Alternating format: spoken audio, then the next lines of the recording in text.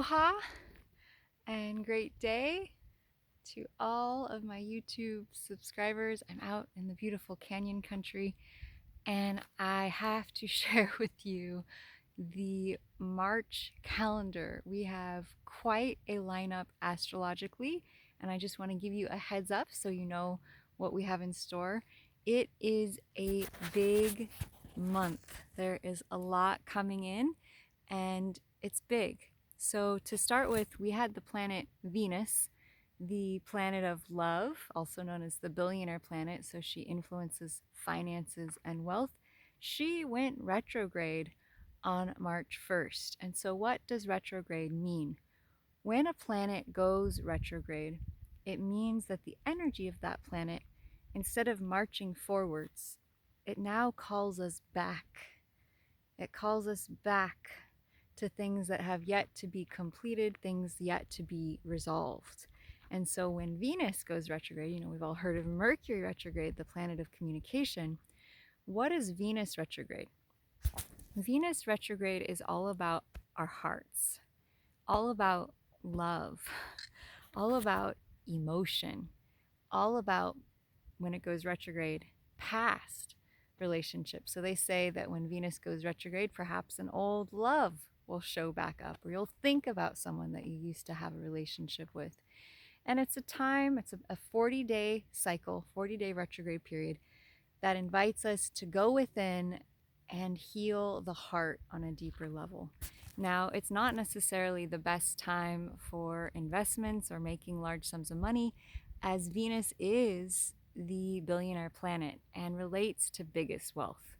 However, if there's a project you've been working on for some time and you haven't made progress with it during a retrograde period, you may suddenly, finally, receive the income or the win that you've been seeking. And so it's a very powerful time to go within.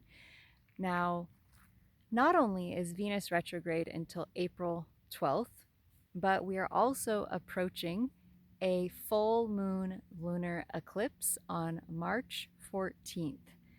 Eclipses are beginning and ending points. And the difference between a full moon eclipse and a new moon eclipse is major. So a full moon eclipse marks the completion of a 6-month cycle that started 6 months prior. And so when we have the full moon eclipse on March 14th, a good reminder is to think back 6 months prior, tune in. What was happening in your life at that time? Was a cycle started or begun? That cycle may come to a completion point at the time of the full moon eclipse. Not only do we have that eclipse, which you all know is big energy, and a full moon March 14th in the sign of Pisces, Sun in Pisces, Moon in Virgo, but Mercury, the planet of communication, is also going to go retrograde on March 15th. Mercury is communication. It's the media, it's news, it's information. It's the sharing of information from me to you. And so it's a good time to slow down because we're going to have Venus retrograde and Mercury. We're going to have the heart and the mind. And so between March 14th and around May 14th, May 12th, is a time, or March 14th to April 14th, maybe a time for a lot of reflection as both Mercury and Venus are retrograde. Then, to make things even more fun and exciting, on March 29th, we're going to have the next eclipse. We're going to have the new moon solar eclipse. And new moon solar eclipses are always the start point of a new 6-month cycle.